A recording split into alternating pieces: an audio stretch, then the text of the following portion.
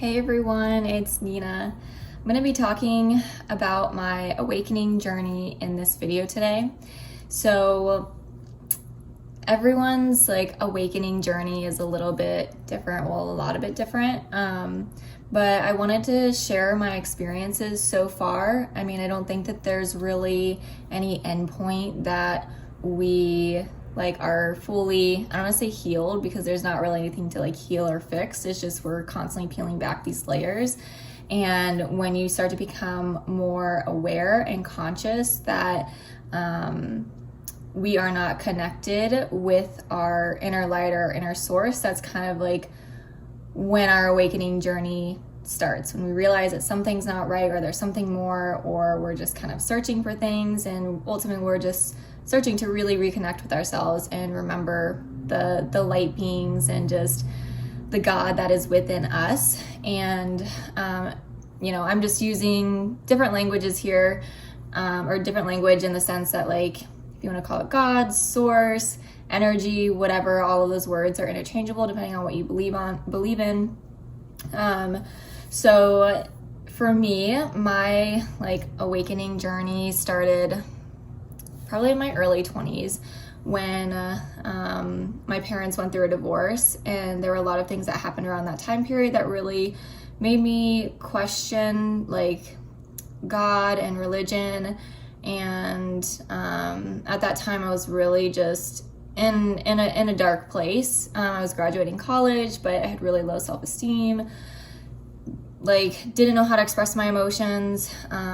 Just there were a lot of things that were happening that weren't super healthy for me, in the way that I was treating myself, and just was feeling really, really lost. And I look back on that and I just want to give that version of Nina such a big hug, because she was just doing the best that she could. And around that time when that happened, it kind of set me down this path of searching for something deeper. I just knew, I've always known that there was something deeper. I've always kind of felt like an alien or an outsider, where I've tried to fit in with people my entire life, and it's never really felt like I've been able to have a deep connection with people, or have super, super close friends. I mean, I do, but in high school, middle school, it was just really difficult for me, and it was almost I didn't know how to be a human and be social.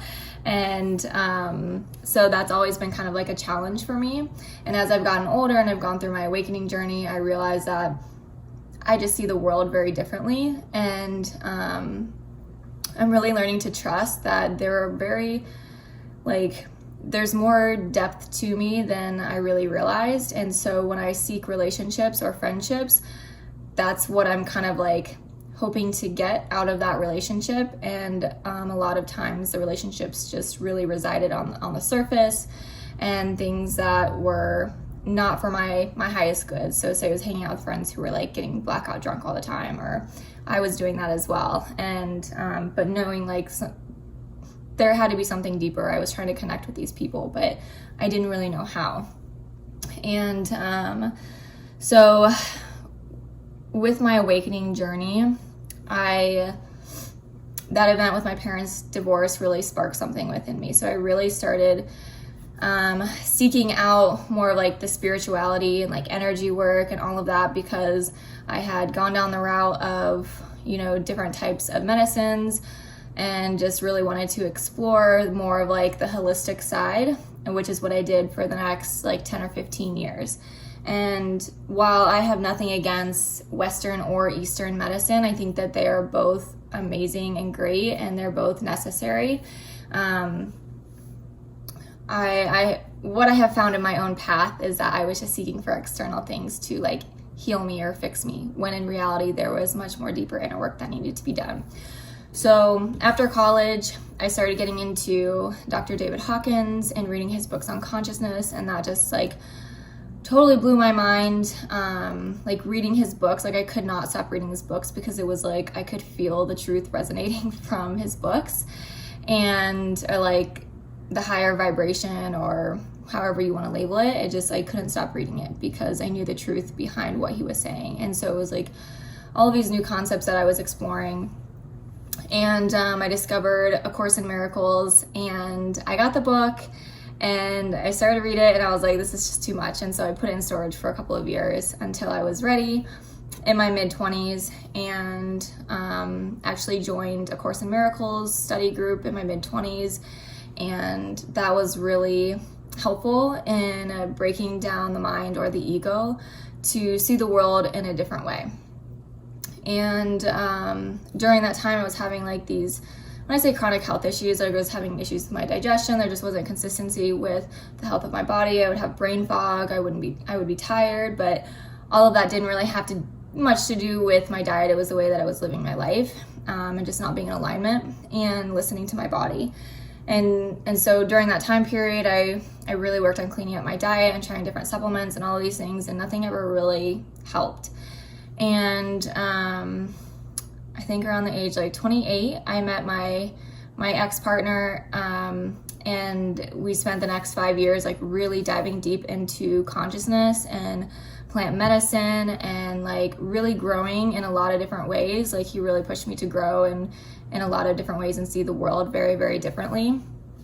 And during that time, I was still seeking external things, seeking like, oh, if I eat this way, then my body's gonna be healed. Or if I go do plant medicine, it's gonna heal this within me, and I'm gonna like figure out how to run a business and be this confident person. And like, just again, seeking for these external things to like fix me because I couldn't accept where I was at. And so the healing, I don't say the healing, but like the journey for me to awakening has been very bumpy. I think just like as with anyone, I will say like plant medicine may not be for everyone. And I see plant medicine like ayahuasca or San Pedro or mushrooms or psilocybin, things like that.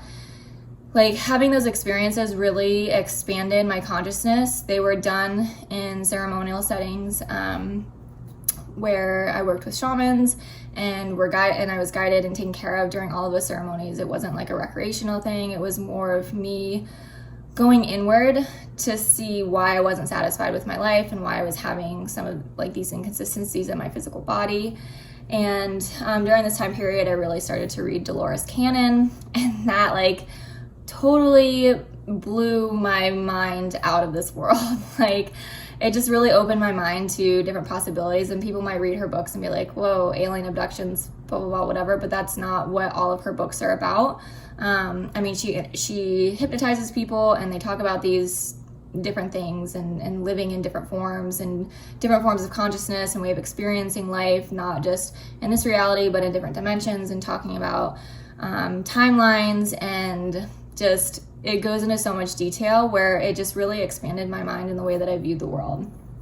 And so along with Dolores Cannon, like sometimes it'd be so intense I had to stop reading her book and give myself like a few days or a week or two to like digest the information that I had consumed, because it was like expanding the limits of my mind in so many different ways. And so around that time period, I was also going into plant medicine. I reached a point where I had moved from Ohio to Florida. I basically got rid of all of my like material belongings, packed as much as I could into my car, went down to Florida. I didn't have any friends down there.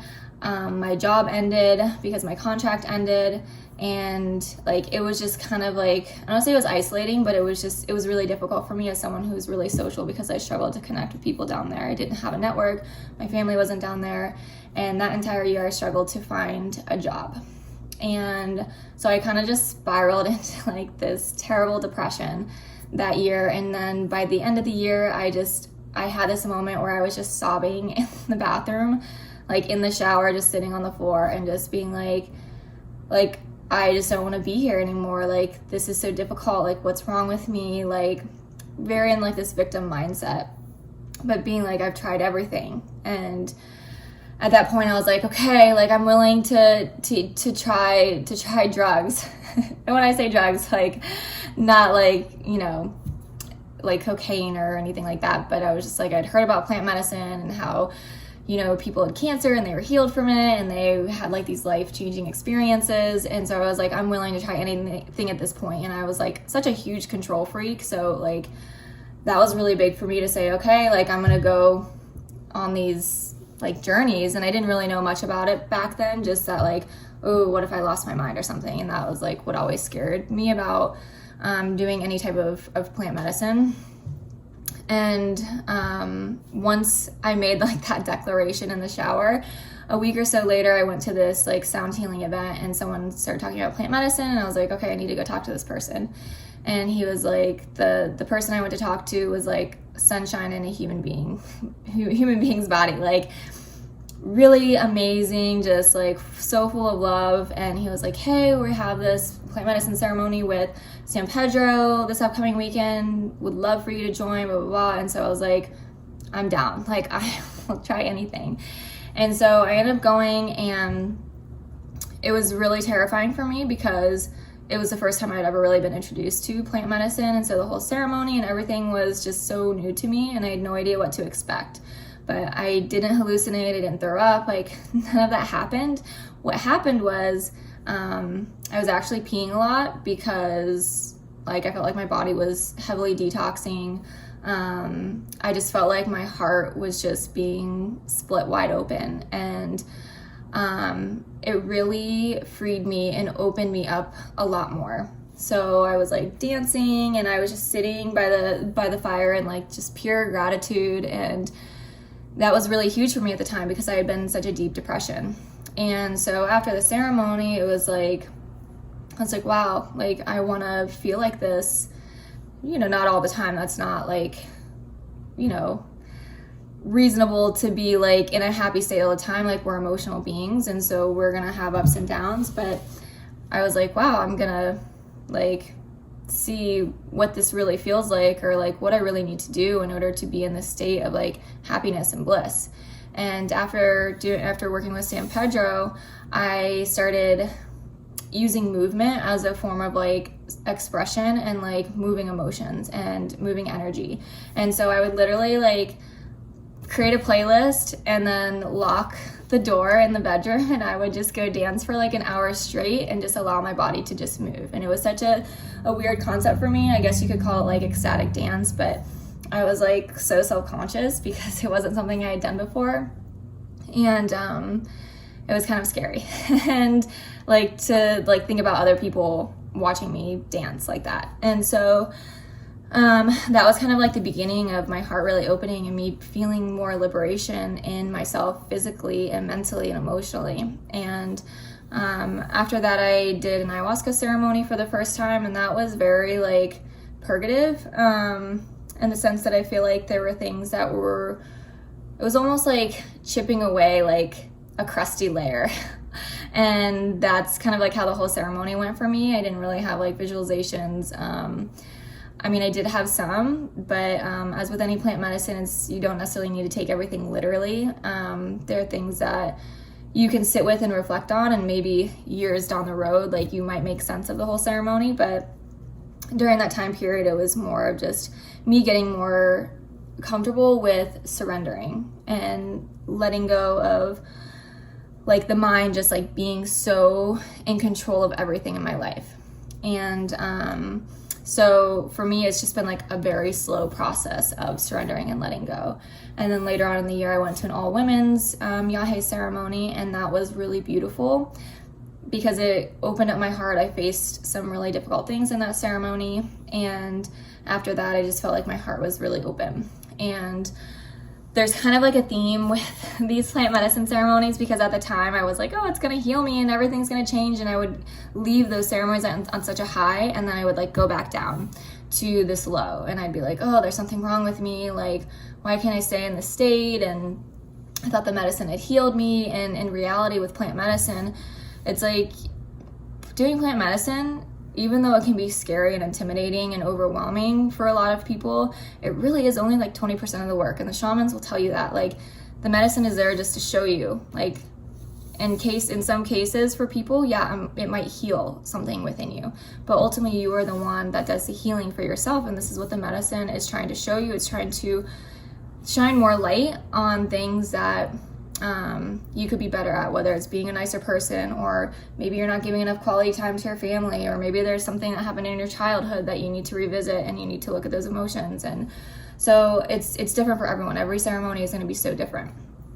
And so it was really difficult for me to like come to that realization, and I kind of took me another year of doing 6 more ayahuasca ceremonies where I was like, okay, like I'm just done. Like I don't need to go to any more ceremonies. I don't need to search for any more validation from ayahuasca or whatever plant medicine. Like I need to integrate this into like this 3D reality in my life. And so during this time period, I like had moved to Seattle, and that was a really difficult move for me because my partner and I were having issues at the time. And it's like it was one of those moments where it's like you're out of love with your partner, and then it was like I had to learn how to fall back in love with my partner, and it was like such a challenging but such a beautiful process. And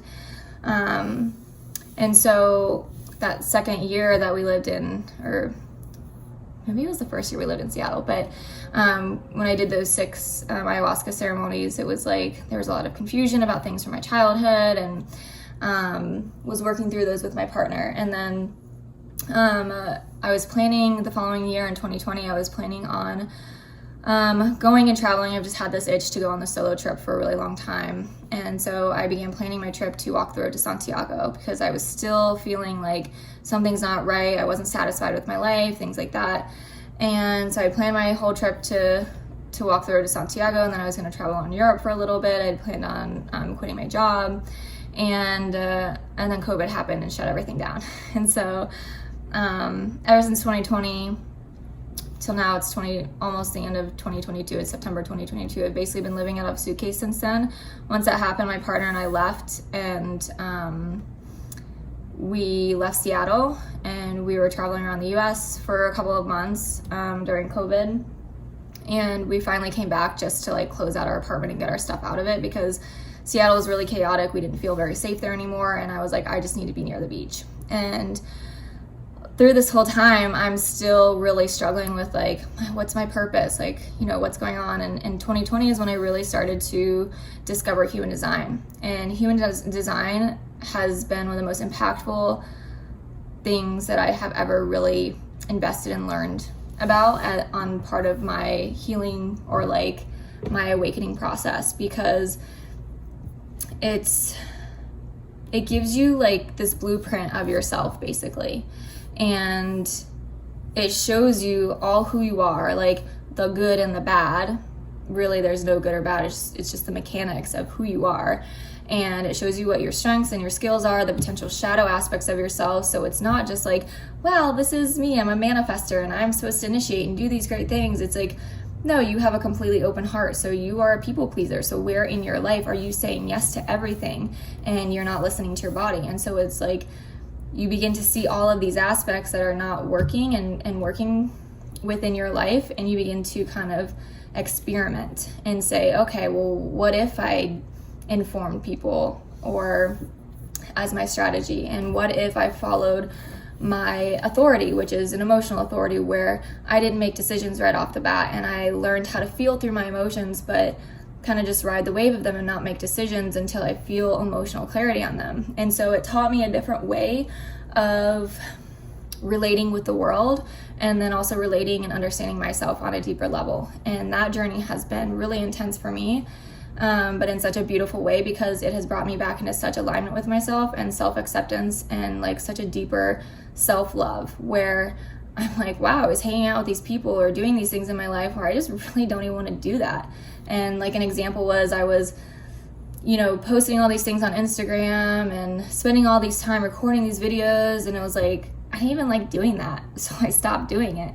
And it was really hard because it was like this identity for me. And so it was like constantly having these ego deaths and these identity deaths between like plant medicine and human design, and really letting go of so many aspects of my life that I had created, like these identities that I had created. And so just like anyone else going through their awakening process, you're just like, what the hell is going on? Like, is this right? I don't know. But that's what's so incredibly empowering, is that you learn how to become more of a sovereign individual. You learn how to come back and to trust yourself. And that was something that I really struggled with.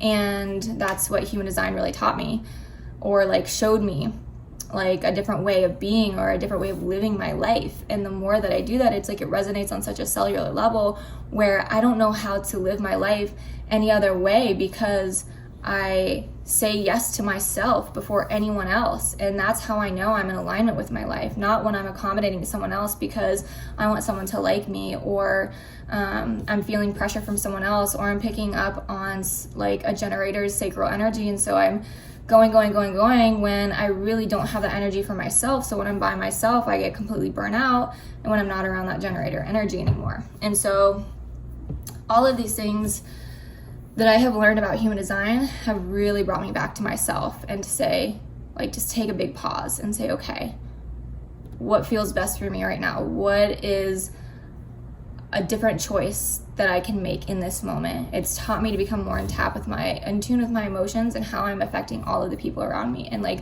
the impact that I'm having on other people around me. And so that's why human design has been so impactful for me. I went through the training, the advanced training, and became a reader, and I've been doing readings for about a year now. And it has been so incredibly empowering for me to like share this information with other people. It's not something that I thought I would be doing, but because when I learned about human design, it's like I just wanted to know for myself, because I wanted to know myself on a deeper level. So that's why I do a lot of videos, and why when I talk about human design, I solely just talk about my own experience, because I embody it. And so I don't necessarily talk so much about generators or projectors or reflectors, or do posts that talk about, oh, this is what human design is, because I don't feel like that's my role. It doesn't feel correct for me.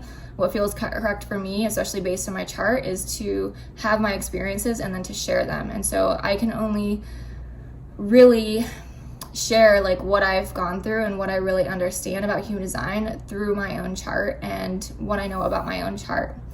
And so that's what I love about human design. So outside of human design, like as I started to go deeper into it, into like my deconditioning journey is what it's called in the human design world, where you're learning to follow your chart more and kind of experiment more. I ended a 5-year relationship, and I ended up leaving a job I was at for 2.5 years without anything lined up, which is like totally unheard of for me, someone who's like always had a plan or like needed security, and just really started to open my mind up to different possibilities. And I was like, okay, well, what's next? And I'm like, okay, well, now's the perfect time to travel and to go on this solo trip that I wanted to do, because I was still feeling like things weren't good, or like things weren't feeling right, and there was more to my life. And so I decided to put all my stuff in storage and buy a one-way ticket to Mexico with no expectations. I had an idea of like different cities I wanted to visit, and I ended up landing in Tulum, and it was really magical. It taught me a lot about myself. I learned how to discern better, to come back to myself more and say, what is best for me? Where is my energy best spent? I learned how to be more receptive and be more in flow with life. And like I could literally do like an hour-long video or podcast on just like the first week of me being in Tulum. I mean, it was pretty intense, and I ended up sitting in an Ayahuasca ceremony, which was not my intention at all. I was not planning on doing any type of plant medicine like for the rest of my life. Like I would be totally fine if it didn't, but because it's like an external thing for me. Like I'm not seeking for things external. My intention was to go more inward. And so I did an ayahuasca ceremony. I worked with shamans and did like a really deep ancestral like bodywork healing session, and that was like even more intense than plant medicine ceremonies I've gone to, but was really pushed me to go deeper into my own love for myself and my family, and to connect on a deeper level with like my spirit guides and things like that. And so that happened, and it was kind of like laying this like foundation for me and giving me kind of like a little path forward. And so during that time period in Mexico, I started working with a therapist online who does the completion process, if anyone's familiar with Teal Swan, and started doing one of her online trauma courses. And I had like a whole support system, so I had people that I could call and help me. And like as I was like digging up things from my childhood, things from my past that were traumatic that I needed to revisit in order to like allow myself to feel and to release, instead of it being like stuck in these little pockets within my body. And so I would say my time in Mexico, like I said, I had no expectations, but it ended up being like this incredible like healing journey of going inward and finding those blocks within me that were preventing me from being fully present, from fully accepting myself and fully accepting all of myself. And it was a very bumpy ride for me. Like there were days where I did not get out of bed. There were days where I was just sobbing and crying nonstop. And I just allowed it. It was like for the first time in my life, I allowed myself to feel. And after like suppressing emotions my entire life and being taught at a very young age that my emotions were too much, or like it wasn't safe for me to feel, and I wasn't in a safe environment with like adults that I felt like I could fully express myself. And so this journey in Mexico was very cathartic and healing for me, in the sense that I was able to peel back a lot of these layers that had been really caked on and were really suppressing me from having access to my inner light and having access to that love that I have for myself. And so there's another video that I went into more detail on the completion process, and I will post it here. And if you guys are interested in watching that video to see a little bit more in detail how those sessions went. But after 4 months in Mexico and feeling like it was time to come back to the US, like I have felt like such a different woman, like learning how to love on my inner child and to allow myself to be fully expressive and to feel and to cry and to do all these things that I hadn't allowed myself to do for so long, and to go into those deep recessed corners within myself that I dared to never look at before, and looking it square in the eye and saying, I love you and I accept you. Like going into those dark parts within me that I was so scared to look at. Like I went into those places, and so there's less fear, there's more love. Like it's just the way that I view myself is so much more different than how it was before. And so there's just like this state of gratitude and self-love and nurturing and compassion for myself and my own journey. And so while, like I said, the awakening journey really is something that happens over time, like our entire lives, like this is where I have been for the past 15 years or so. And like I said, it's a process. And my biggest lesson, like when I went into my first plant medicine ceremony, was I want to surrender. I want to surrender because my mind had such a tight grip on my life and how it should be or how it needed to be. And I didn't know how it should look, but I was so conditioned because I saw other people living their lives and I'm like, well, they look happy and they seem to have their stuff together. And so I would want to plan my life around like how other people were living their lives and say, well, that's what I want. And then I would get it, but nothing would change. How I felt wouldn't change, maybe temporarily, but then I would go back into like that state, like the state of depression or like apathy, or things aren't good enough, or I wasn't satisfied. And it was like my whole process, I've done meditation, I've done transcendental meditation, I've done intense breath work along the way, alongside of like all of the plant medicine ceremonies that I've done. I've done a lot of holotropic breath work, anywhere from 5 minutes daily to an hour so long, where really intense things were coming up to be released. And during all of that time, like it was like I was using all these modalities and they were just slowly peeling back all of these layers. So it wasn't just like one thing, you know. It's like going to a Tony Robbins Unleash the Power Within event on one weekend, like yeah, it brought me to a high state, but then it like dropped me back down again. And it wasn't until this past year that I was just like, I gave up everything. Like I feel like I gave up everything. I gave up my relationship, I gave up my job, I gave up my home, like everything that I thought that I wanted or I needed. Like I gave it all up and said, I'm just gonna go inward now. Like I was just ready. And I feel like all of the modalities and the tools that I used before that, leading up to it, really helped prepare me emotionally and mentally to do that inner work that I had. And so I will say along the way, when I was doing plant medicine and all these things, I would meet almost like mentors that I could call on, and like when I was freaking out or I was struggling with things, and I would call them and they would walk me through it. And so I've always had some sort of support throughout my entire awakening journey, whether it was my partner or friends or family that I could talk things out with. And so that's really important, I feel like, as you go through your awakening journey, is just putting that intention out to the universe and just saying like, I need someone, I need some help. And it could just be as simple as like reaching out to people online and saying, hey, I noticed you went through this and I'm curious what your process is. And which is why I'm sharing my own process, because you know, when you're in those dire states where you're like, what the hell is going on? There's something wrong with me. I'm losing my mind. Like, it's just, you need that support.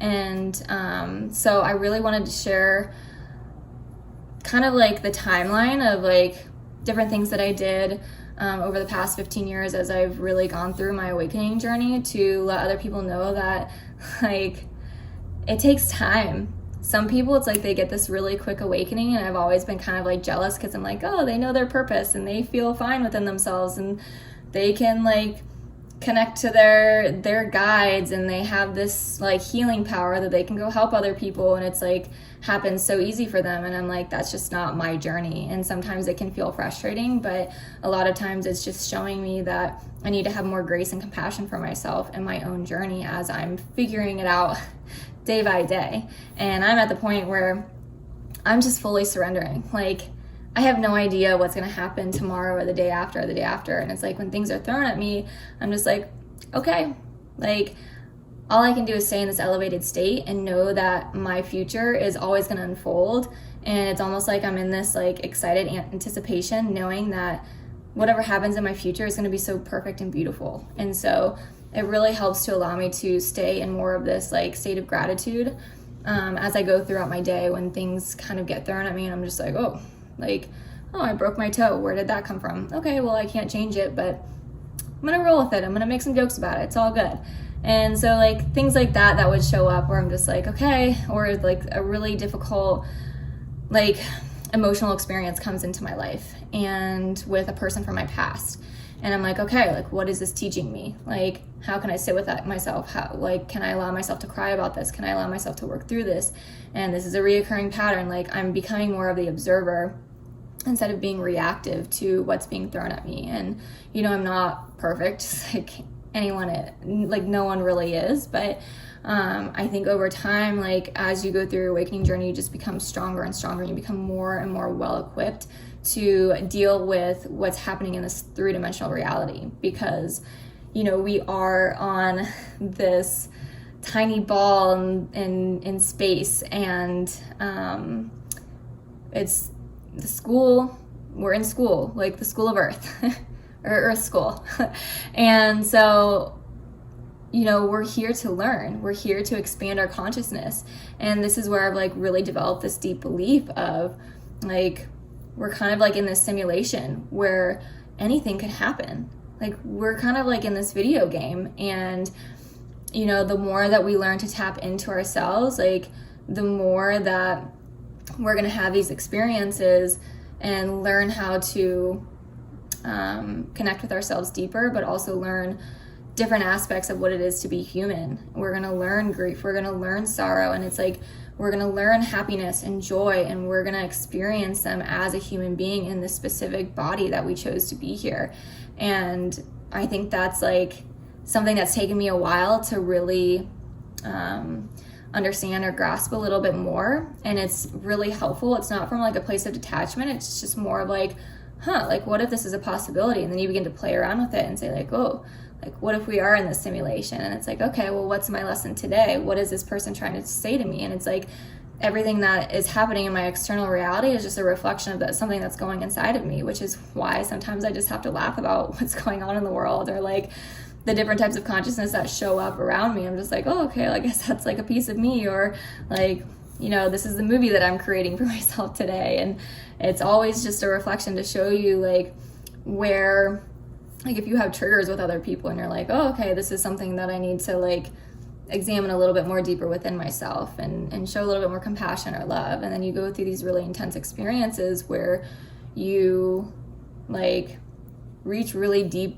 parts of yourself that are really difficult, or you have experiences that are really challenging, like physically or mentally or emotionally. And it's like you're being prepared in order to like help other people, or you're just here to have that experience. And it's what's helping to further expand and grow the collective consciousness. And it's just like, that is the impact and that is our purpose here. At least that's what's I've made the most sense of in my time here on earth. But and you know, it's subject to change as I continue to learn more. But I really like that idea, that concept of just saying like, okay, like we are in this video game, and there really are such an infinite number of possibilities, the way that we could live our lives, and we're the only ones in our own way. And when we start to kind of go inward into our consciousness, into our psyche, and we start to see like where the blocks are or where the conditioning lies, we can play around with like what happens in our external reality, which is why doing this inner work has been so important for me the last year or so, or the last couple of years, because the more I see, like if I see something in my external reality, I'm like, ooh, I don't know if I really like that. I'm like, okay, I'm gonna go sit in meditation. I'm gonna go do a Joe Dispenza meditation and, you know, do that for a couple months every single day and see what happens, because that internal work is within myself, that visualization is within myself, and the quality of my thoughts is, you know, what's gonna be reflected outside of me. And so that is my work, which is not easy when you've been kind of like stuck in this like lower thought pattern for a really long time, or you're in these old habits for a really long time. So it can be difficult to change. So, but there are an infinite amount of sources out there, and whatever you connect with for yourself or feels correct for you, that's great. Like, I'm not saying do everything in my journey at all. Like, this is just my process and what I've gone through and what has helped me so far. So if you connect with breath work, great. Like, if meditation is your thing, great. Maybe it's something else I haven't mentioned in this video. Like, there really is no right or wrong, and that's kind of the beauty. It's like learning to trust yourself, that you are learning certain things, and everything is so interconnected and so interwoven. And even though you may not understand why things are happening, or like why your life is the way it is, or why you're on a certain path, like it will make sense later down the road, because you needed that experience in order to prepare you for something that you're going to need to do later on in your life. Like there are no accidents. There are no coincidences. Like, everything is so perfectly aligned, and our human brains cannot comprehend that, because we want like this linear, perfect timeline of saying this is this, and this is the cause, and this is the effect, and vice versa. And it's like, in reality, it's like everything's like this ongoing spiral that there's no beginning or end. And it's like this huge tapestry at the same time that's just like everything's interweaving. And it's like kind of like the butterfly effect, in the sense that like the tone of my voice and the vibration of it hitting another human being can cause this huge chain reaction that can send us on another timeline. And it's like, I'm not going to go too deep into that, but I'm just saying, like, this is how intricate, like, I really think about how interconnected everything is, which is why I think that there are no accidents. Like, so you just have to sit in the divine perfection that life is, even when things seem really difficult, and just surrender to it. And so that is the whole point of me doing this video, of kind of sharing my perspective and then also my experience, because it has been challenging. There have been moments where I have just wanted to give up and say, I don't even want to be here anymore. And it has been a journey for sure. And I'm only 34 years old, and I have so many more years left to live. And I just know that everything that I've gone through has prepared me and given me so much more strength and such a strong foundation to continue to build on. And while I don't necessarily know where my life is going to go, like I know how I would like to feel, and there are certain things that I would like, you know, to be married and to have a kid or two. Like, there are these things that I want to do down the road that are going to happen, but I'm still being prepared where I'm at now. And as I become more like cleansing for myself, like emotionally, spiritually, and even physically, because I've done every single cleanse and diet out there possible to really remove a lot of like physical and emotional gunk within my body. I know that it's all leading up to, you know, what's coming next and what's coming next and what's coming next. And so really surrendering and just trusting that and learning how to trust yourself. Like, this is such a huge part of the journey. And that was something I really struggled with in the beginning, or I didn't really have sight of until I started working more with meditation and breath work and plant medicine and human design, because it started to create more of an expanded consciousness and a way of perceiving the world, and also just increasing my self-awareness to the point where I'm just like, life is really amazing, you know. And while I may not feel like that every single day, like, it is kind of like this set point for me where I see the world so completely different, where people might say, well, this bad thing happened and this person murdered this person, and it's like, there's no good or bad. Like, it is just what it is. Like, we're all interconnected, and it's creating this like this victim mentality, or saying like this is how things need to be, when people really have like such a minuscule fraction of an understanding of how the world is actually working, how the universe, how the frequencies, how the vibrations are affecting and like working together, and like how we're all interacting together. Like, people think they know everything, and it's like, you don't know shit. And that's part of the awakening journey too, is like, the more that you go like into your journey, the more you realize you don't know anything. And it's just like a very humbling journey, because you can study all you want and you can like try to figure out life and say this is the answer, and I don't believe that there really is any one answer. Like, there are so many possibilities. There are so many different people living in their own minds and their own perceptions in their own world. So they're never going to be able to see the world the same as you. And so what you're offering is not going to be helpful for them, and vice versa. And I could just go on like forever about this, but basically, like, the world is infinite, and there's no way that we could possibly understand the meaning of anything, or like have everything figured out and have this like neat little paper that says this is how the world works and how everything is connected. It's more of just, we're all just kind of figuring everything out from our own experience, and you just have to trust that. And so when I see other people having their experiences, it's okay, they're having their experiences. There's no right or wrong. I'm not going to argue with this person, because what they have to say is true for them. It's not true for me, and that's okay. And so you really learn how to just relax and just be okay with not knowing or having things figured out. So, wow, I didn't realize how long this video was, but yeah, I just wanted to hop on here and kind of share my awakening journey. So far, still more TBD, but it has been a trek for sure. And I know everyone is so different, and just know that you're not alone, and every journey is going to be so up and down, and there are going to be days that you want to give up, and there are going to be days where you're just like, the world is amazing and my life is awesome. And it's like, we're just here to experience the full range of emotions. So know that all is okay. All is okay.